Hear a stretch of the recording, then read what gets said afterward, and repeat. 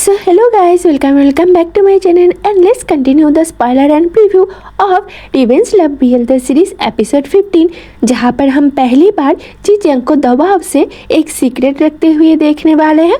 और इस बार जी चंग को दबाव के बारे में एक ऐसी बात पता चली है जिसके बारे में वो दबाव को बता भी नहीं सकता और वो इस बात को अपने दिल में दफन कर लेता है। पर इसको हैंडल करने के लिए उसे अपने आप को संभालने की बहुत ही ज़्यादा ज़रूरत थी, जिस वजह से वो अकेले जाकर ही बहुत ही ज़्यादा ड्रिंक कर लेता है और वो रात को देर से घर वापस आता है।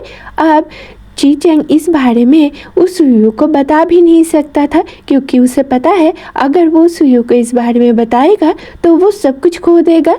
इसीलिए जी चंग इस बारे में उस सुयू को कुछ नहीं बताता, वो बस अपने इस बात को अपने दिल में ही दफन कर लेता है। पर इससे पहले हम एपिसोड के शुरुआत में ही देखते हैं कि जी चंग और गाओ चंग और वंग शाओ मिलकर जो एक साथ ड्रिंक कर रहे थे और जब तीनों अपने अपने रास्ते चले जाते हैं तो गाओ चंग मुड़कर वंग शाओ से मिलने वापस आया था, पर उसे वंग शाओ नहीं मिला, क्योंकि उसे वंग शाओ मिलता भी कैसे, क्योंकि जी चंग वंग शाओ को पहले ही अपने साथ लेकर गया था, क्योंकि उसे वंग शाओ से कुछ पूछना था कि वंग शाओ ने उसके साथ ऐसा कैसे कर दिया। 7 साल हो गए उसको यहाँ से गए हुए और अब उसको वापस आने का मन किया जब सब कुछ ख़त्म हो चुका है। वंग शाओ ने जाने से पहले सब कुछ ख़त्म करके गया था। वो जी चंग और गाओ चंग के बीच का रिलेशनशिप दोस्ती वाला वो भी तोड़ कर गया था। इसीलिए अब जब जी चंग वंग शाओ को देखता है तो उसे बहुत ही ज़्यादा गुस्सा आता है, पर जैसे कि गाओ चंग तभी उसके आसपास था इसीलिए वो अपने गुस्से को कंट्रोल कर लेता है। पर जब गाओ चंग वहाँ से चला जाता है तो वो वंग शाओ को अपने साथ लेकर जाता है और वो उससे कहता है, तुम्हारी हिम्मत कैसे हुई अब वापस आने की? तुमने 7 साल पहले सब कुछ ख़त्म कर दिया था। तुम क्या सोचकर उसके साथ एक होटल रूम में बुक किया था और उसके साथ बेड पर लेट चुके थे? तुम्हें क्या इतनी मची थी ये सब कुछ करने की? तुम्हें तो पता था ना कि हम तीनों दोस्त हैं सबसे ऊपर, पर तुमने हमारी दोस्ती को भी दांव पर लगा दिया और अब तुम वापस आए हो। क्या ज़रूरत थी तुम्हें वापस आने की? क्या तुम वापस आके कुछ उखाड़ देते? तुम अगर वापस ना आते तो हम तुम्हारे बारे में भूल ही जाते। तो जी चंग को ऐसे सफ़र करते हुए देखकर वंग शाओ को पता नहीं क्या मज़ा आता है, वो सरकास्टिकली मुस्कुराने लगता है। अब ये देखकर जी चंग को और भी ज़्यादा गुस्सा आ जाता है। वो तो वंग शाओ का गर्दन पकड़ ही रखा था, पर अगर उसके बस में चलता तो वो वंग शाओ का गर्दन दबा ही देता। और हाँ, अगर मेरे बस में भी चलता ना तो मैं भी इसका गर्दन दबा देती। कितना ज़्यादा टॉक्सिक पर्सन है ये। पर अभी हम जी चंग की बात करते हैं। तो जी चंग यहाँ पर बहुत ही ज़्यादा गुस्सा था, तो वंग शाओ उससे कहता है, क्यों मेरे वापस आने से तुम्हें इतनी प्रॉब्लम क्यों हो रही है? क्या तुम अभी तक मुझे भूल नहीं पाए हो? तो क्या हम पुरानी सारी चीज़ें कंटिन्यू करें? तो जी चंग उससे कहता है गुस्से से, तुम ये सोचना भी मत कि मेरे दिल में अभी तुम्हारे लिए कोई भी स्पेस होगा। तुम अगर नहीं भी आते तो भी मुझे तुम्हारी याद बिल्कुल भी नहीं आता। मैं बस इसीलिए गुस्सा हूँ कि कहीं तुम इस बार कोई और प्लान बनाकर तो नहीं आए हो। हम सभी के बीच में और ज़्यादा डिस्टेंस पैदा करने की कोशिश तो करने नहीं आए हो ना? तो जी चंग की ये बात सुनकर वंग शाओ सरकास्टिकली मुस्कुराने लगता है और वो उससे कहता है, देखते हैं क्या होता है। अब जी चंग को इन सारी बातों से और भी ज़्यादा गुस्सा आ जाता है, पर जैसे कि वो वंग शाओ का कुछ कर नहीं सकता था इसीलिए वो गुस्से से वहाँ से चला जाता है और वो उस युवक के पास जाता है जो कि उसका सिर्फ one and only Kameng point है। वो उसको हक कर लेता है और जी चंग को ऐसे अपने आप को हक करते हुए देखकर उससे पूछता है, क्या हुआ, तुम मुझे अब क्यों हक कर रहे हो? तो जी चंग उससे कहता है, प्लीज़ थोड़ी देर मुझे ऐसे ही हक करके रहने दो ना। तो जी चंग को ऐसा कहते हुए देखकर उस यू भी उसे हक कर लेता है और उससे कहता है, हाँ मैंने कब तुम्हें मना किया है मुझे हक करने से? मैं तो बस यही पूछ रहा हूँ। तो यहाँ पर हमें जी चंग और उस यू के बीच में थोड़ा बहुत क्यूट सा कपल सीन दिखाया जाता है और इसके अलावा भी हमें इस एपिसोड में बहुत सारे उन दोनों का कपल सीन दिखाया जाता है। पर इस एपिसोड में हमें एक बहुत ही ज़्यादा ट्रैजिक सीन भी दिखाया जाता है जिसके बारे में मैंने स्पॉइलर की शुरुआत में ही बात की थी कि चीचेंग को उस सुयू के बारे में कुछ बहुत ही ज़्यादा डेंजरस पता चलने वाला है।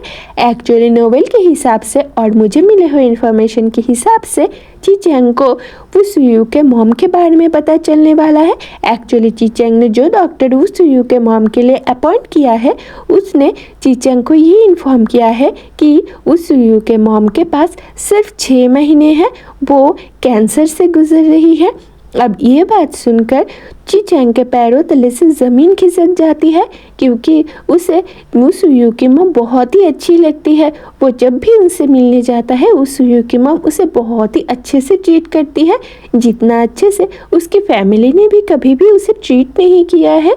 इसीलिए चीचेंग को जब इस बारे में पता चलता है कि उस सुयू की मॉम की हालत बहुत ही ज़्यादा ख़राब थी और वो बस 6 महीने की ही मेहमान है, तो चीचेंग को बहुत ही ज़्यादा तकलीफ़ होता है। और उसे तो ये भी पता नहीं होता कि वो इस बारे में उस सुयू को कैसे बताएगा कि उसकी मॉम बस 6 महीने की ही मेहमान है इस दुनिया में। इसीलिए वो बहुत ही ज़्यादा सैड फील करता है और वो इस बारे में किसी और को भी नहीं बता सकता था, इस डर से कि कहीं कोई उस सुयू को इस बारे में बता देगा तो क्या होगा। एक्चुअली उसने डॉक्टर को भी इस बारे में उस सुयू को बताने के लिए मना कर दिया है और वो खुद ही उस सुयू के मॉम का ख्याल रखना स्टार्ट कर देना चाहता था। पर जबकि वो बहुत ही ज़्यादा सैड है इसलिए वो एक बार पर चला जाता है और देर रात तक वहीं पर बैठकर ही ड्रिंक करता है क्योंकि उसको समझ में नहीं आ रहा था कि वो उस सुयू के सामने कैसे जाए, कैसे वो ये राज अपने दिल में ही रख ले। पर रात को वो घर वापस चला ही जाता है, जहाँ पर जाकर वो देखता है कि उस सुयू सोफे पर लेटकर उसका इंतज़ार कर रहा है। तो चीचेंग को वहाँ पर देखकर उस सुयू गुस्सा हो जाता है और वो मुंह फुलाकर बैठ जाता है। तो चीचेंग उसके बाजू में जाकर बैठ जाता है और उससे कहता है, मैं थोड़ा ड्रिंक करने के लिए गया हुआ था इसीलिए मुझे लेट हो गया। पर उसे उस सुयू को देखकर ये बात याद आता है कि वो उसकी मॉम की सच्चाई के बारे में उस सुयू को कैसे बताएगा। जैसे कि उस सुयू के पापा अभी उसके साथ नहीं रहते हैं, उसकी 2 बड़ी बहनें हैं जिनकी शादी हो चुकी है और वो भी उस सुयू का कोई भी ख्याल नहीं रखता, यहाँ तक कि वो उस सुयू से कांटेक्ट करना भी ज़रूरी नहीं समझते हैं। वो सुयू इस दुनिया में सिर्फ उसके मॉम के भरोसे ही है और अगर अब उस सुयू को ये पता चलेगी कि उसकी मॉम डेंजर में है और बस 6 महीने की ही मेहमान है तो ये बात उस सुयू बिल्कुल भी टॉलरेट नहीं कर पाएगा। वो टूट जाएगा बहुत ही बुरी तरह से और अपने फैमिली का ना होना अपने साथ इस दुनिया में सबसे बड़ा ट्रैजिक सीन होता है और ये दर्द टॉलरेट करना जस्ट नेक्स्ट टू इम्पॉसिबल होता है।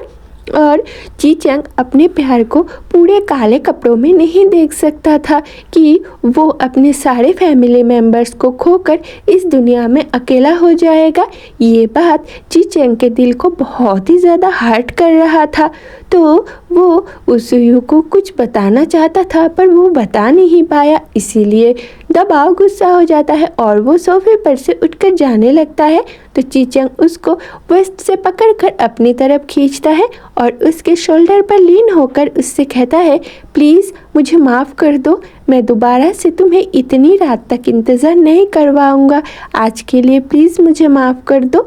अब उस सुयू को ये बात बिल्कुल भी हज़म नहीं होती कि चीचेंग उससे इतने इमोशनली बात क्यों कर रहा है। एक्चुअली चीचेंग उसके साथ इतने इमोशनली बात करता नहीं है और इतनी जल्दी उसे सॉरी भी नहीं कहता और ना ही वो आज तक इतना ज़्यादा ड्रिंक करके कभी घर वापस आया है। तो चीचेंग के लिए तभी वहाँ पर बैठे रहना भी मुश्किल हो जाता है, इसीलिए वो पीछे सोफे पर ही लेट जाता है उस सुयू को अपने करीब खींचकर। तो उस सुयू उसके बाद चीचेंग से अपने आप को छुड़ाता है और उसे अच्छे से सोफे पर ही लिटा देता है और उसके बाजू में बैठकर ये सोचने लगता है कि आखिर चीचेंग को हुआ क्या है जिस वजह से वो इतना ज़्यादा सैड है कि उसने इतना ज़्यादा ड्रिंक कर लिया है और उसकी हालत ऐसी हो गई है। अब उस सुयू को तो इस बारे में पता चल नहीं सकता है और अगर इस बारे में उस सुयू को पता चलेगा तो ये टॉलरेट करना उसके लिए इम्पॉसिबल हो जाएगा। सके गाइस, आज के इस पार्ट में बस इतना ही। मिलते हैं अगले वीडियो में गाओ चेंग और शन शाओ के पार्ट के साथ। तब तक के लिए बाय बाय दोस्तों।